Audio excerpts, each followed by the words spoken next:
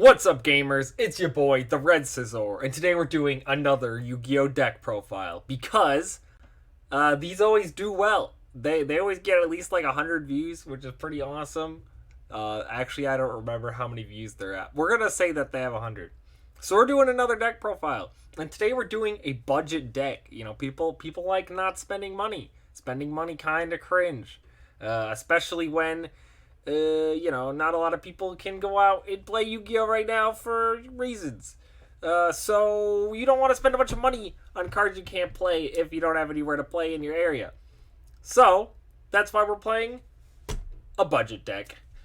Also, sorry, no shaky cam. I actually set up the remote dual setup. Not that mine's great. The quality isn't incredible, but who cares? Alright, if you've watched my channel at all, you know that quality isn't exactly what I strive for. So yeah, we got some super dark shadows, but hey, that fits because we're playing dark monsters in this deck. We are playing Luna Kaiju, but with a twist. We're playing Shaddolls, so it's Shaddoll Luna Kaiju.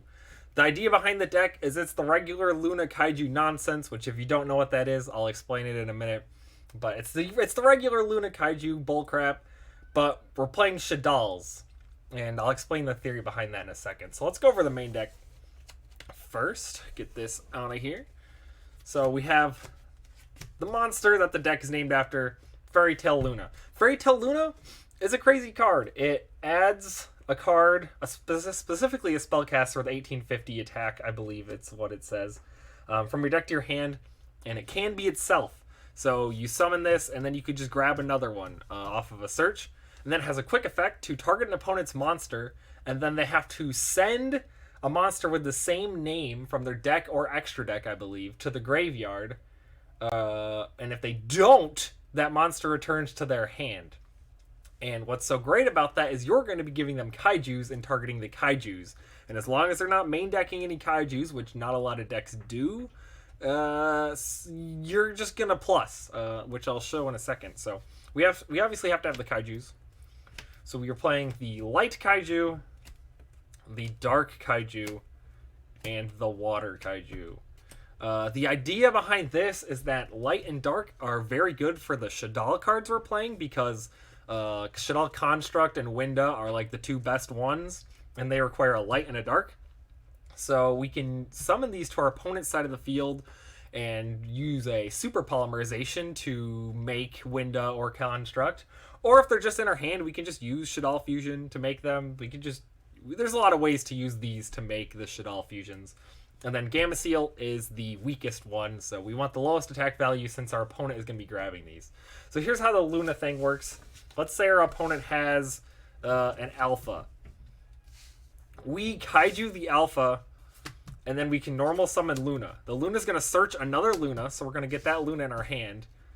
And then we can activate Luna's effect. They're not going to have a Gamma Seal in their deck, so this is going to return to the hand. But because it's our monster, it goes to our hand. And then Luna also returns itself to hand. So we just removed our opponent's monster, and we ended up with one more card than we had before. So we just plussed, and our opponent just went minus. And the idea is you just keep doing this every turn, and it's really obnoxious. Now, the great thing about the Shaddoll archetype, and the reason why we're combining it with this is, well, Luna's a light, so you can use it to make Construct. But also, Shaddolls don't really care about their normal summon. People usually play Invoked, but the idea is that this is a very budget deck. Now, Invoked is probably the cheapest it's ever been, but some of the cards have kind of been creeping up. Like Alistair, I think last time I checked, was like $8 or something stupid. This deck is basically just a bunch of structure decks thrown together. This is out of one of the structure decks. The light and dark Kaijus are out of a structure. So this deck is very budget friendly. So that's the whole Luna Kaiju package. Then we have, we're going to be going second, obviously, because we're playing Kaijus. So the idea is we just blind second. So we have some blind second monsters like Alpha and Pank. These are great. The funny thing is you can Kaiju your opponent and then summon Alpha, and then Alpha target the Kaiju to return both to hand. It basically is just more Lunas, because it does the same thing as that Luna does, and it'll return itself and the Kaiju back to your hand. So it's really good synergy. And then Pank is insane, so we're obviously playing Pank in the going second deck. Then we have the Shaddoll monsters. So I decided to play 2 Squamata, a Wendy, a Hedgehog, a Dragon, an Aerial, and a Beast. Now, this is kind of subject to change, and these can kind of be whatever. I've been playtesting the deck, and this is what I landed on. I think this is the right amount of Shaddoll monsters. But some of them, you don't really want to draw them. You kind of want to be using Shaddoll Fusion to summon the Shaddolls and just dump these from deck. But when I was playing less, sometimes it bricked me, it didn't brick me. It was like I wanted to see the Shaddolls. It's so weird. This deck is very subject to change and play around with the ratios, but here's the thought process. Squamata's great because it dumps any other Shaddoll, including the Spell and Traps, which is awesome. And then Wendy is great because it goes to grave and then it summons another Shaddoll to the field, and you can summon like Hedgehog. Then Hedgehog's flip effect can get you a Shaddoll fusion spell, which is great if you didn't draw any and you really need one. Dragon can return back row to hand, which is great. And Aerial, this card's crazy because it can just take 3 of your opponent's graveyard cards and just banish them, which is very strong. And Beast is great for card draw. So that's the idea behind these ones. But like I said, it could definitely be changed for sure. Then we have 3 Interrupted Kaiju Slumber. We're playing Kaiju, so we may as well just play this. This card is crazy. It wipes the field, which is... It's really dumb. Whenever you resolve this card, you know, when I've been playing this deck in like EDO Pro, I activate this card, my opponent just surrenders. It can definitely break boards. What's really great about this deck is you can bait your opponent's negations with any of your other power cards, which we'll see the rest of the spells in a minute. They might burn one of their negates on that, and then you just save this for the end after your opponent's used all their negates, and then you just clear the field, which is great. So yeah, Interrupted Kaiju Slumber is... it's a crazy card. So we got 3 Shaddoll Fusion. Obviously good going second. Most decks are going into their extra deck and ending on something that will make your Shaddoll Fusion online. But even if you're playing against a deck that doesn't do that, it's just a polymerization at that point, and that's still fine. I mean, it's not ideal. But this card's just insane for summoning Construct or Winda. And Winda's kind of your other win condition. Like, you're trying to out-resource your opponent with the whole Luna Kaiju thing, but you could also just summon Winda after clearing the board and making the game go to like a simplified game state, and then you just sit on a Winda, and that's enough to win sometimes. We're playing 1 El Shaddoll Fusion, so this card's not as good since we're blinding second, I felt like, but I still wanted to play 1 that because I mean you can search this off of a lot of the different Shaddoll effects. You can dump it to the grave and then get it back when one of the Shaddoll fusion monsters hits the grave. So I still like running 1, and I've also used this to kill my opponent a lot because it's quick play. You just attack, activate this, go to another Shaddoll and attack. So I think playing 1 is correct. I really like just the 1. And we were playing Super Poly. This card is very dumb. The great thing about going second is we get to play all the stupid going second cards. We're not playing Lightning Storm because I wanted this deck to be very budget for the most part. But we are playing Super Poly, and Super Poly's bonkers. Obviously, you can do the thing I mentioned earlier, using one of the darker light kaijus and then Super Poly to make the Construct or the Winda. But this card also just breaks boards anyway. You don't even need to do that. It can just take 2 of your opponent's monsters, turn them into something else. Really stupid card. So we are a blind second deck, so yes, we are playing 3 Mystic Mine. If this actually gets hit on the ban list, because I know the OCG banned it, if we follow suit... you could just replace this with anything. That's the great thing about this deck is most of it you can just easily replace with whatever. But I mean, Mystic Mind, when you're going second, it just wins the game sometimes. It's very stupid. I've definitely just sat on mine and decked my opponent out. Is it fun? No. But it's a win con, so we're playing it. And then we have... instead of playing Lightning Storm, we were playing Harpy's Feather Duster, Raigeki, and Dark Hole. So it's kind of like Lightning Storm, except people can actually afford it. So that's the idea behind these, is they just break the opponent's boards. All these are decent.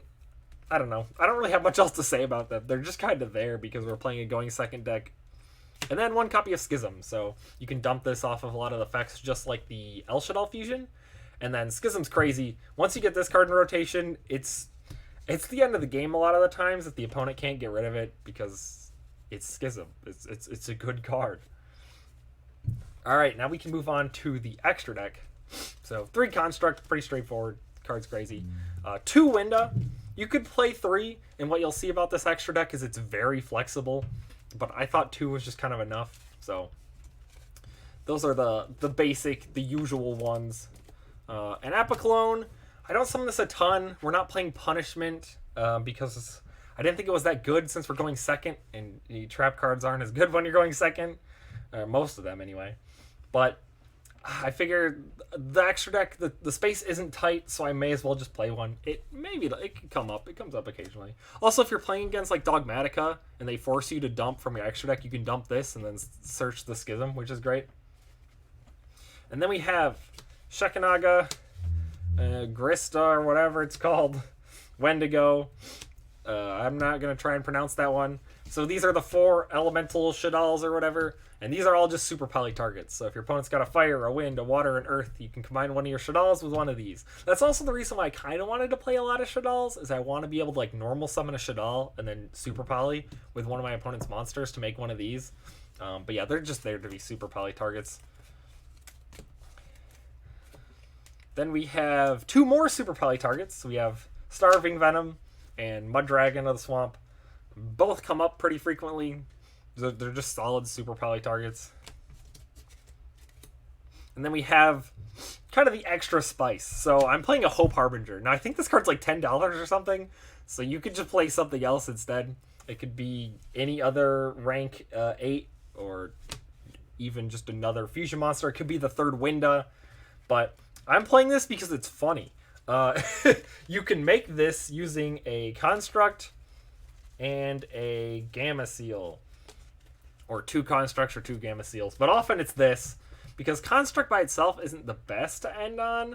Now that said, you'd probably just want to link it off for the Link monster we're playing, so that you can get the ad back, but this is funnier. Sometimes I just want to end on Hope Harbinger, and then if Hope Harbinger attacks, then we can go into... It's Zeus. Zeus is a very strong card. I just made this addition to the deck. I'm like, you know what? We'll play Zeus. It'll be funny. But yeah, you don't have to play these 2. You could play like anything else instead of them. But I just thought it was fun, so that's why I wanted to play them. And then finally, it's Verte. So again, you don't have to play this.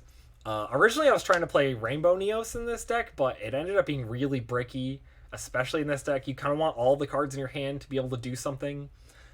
So drawing the Neos or the Rainbow Dark Dragon wasn't great. Like, in theory, they're a light and a dark. You could make Construct or Winda, but that's all they do, and it just wasn't...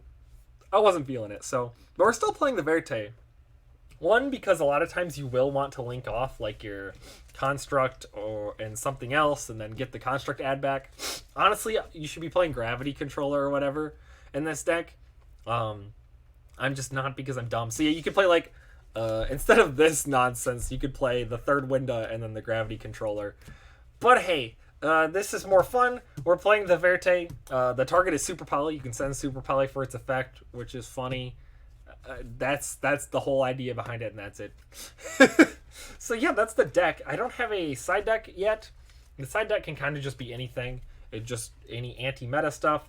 Maybe a lot of trap cards. So like if your opponent's going to make you go first, and you know that they're probably going to make you go first after game 1 because they see you're on Kaijus. You could just side in a bunch of Solemns or Torrentials or Floodgates or whatever. That can be the side deck.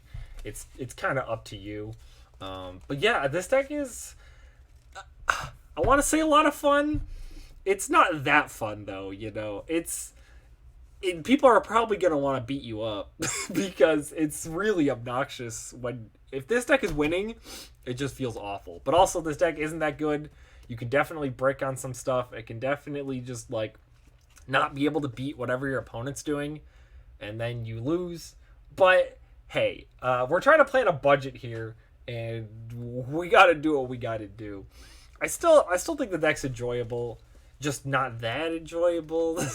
There are a lot of other more fun decks, but I like the concept behind it. I thought it was a lot of fun to combine Shaddolls with the Luna Kaiju thing and see if it works, and it does. It actually works really well. The cards have a lot of synergy together. I'd say the biggest problem is you don't really have a way to search the Luna, and you're just playing the 3, obviously, because you can't play more. And sometimes you just don't draw Luna all game. And that's maybe okay if you drew, like, a Shaddoll Fusion to make the Winda or something.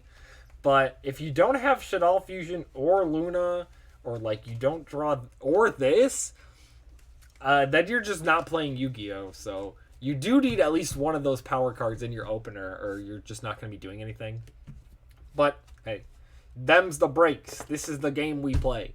So if you like this video, smash that like button, or whatever the YouTubers say. Yeah, tell me if your locals beats you up because you brought this deck to it. See ya.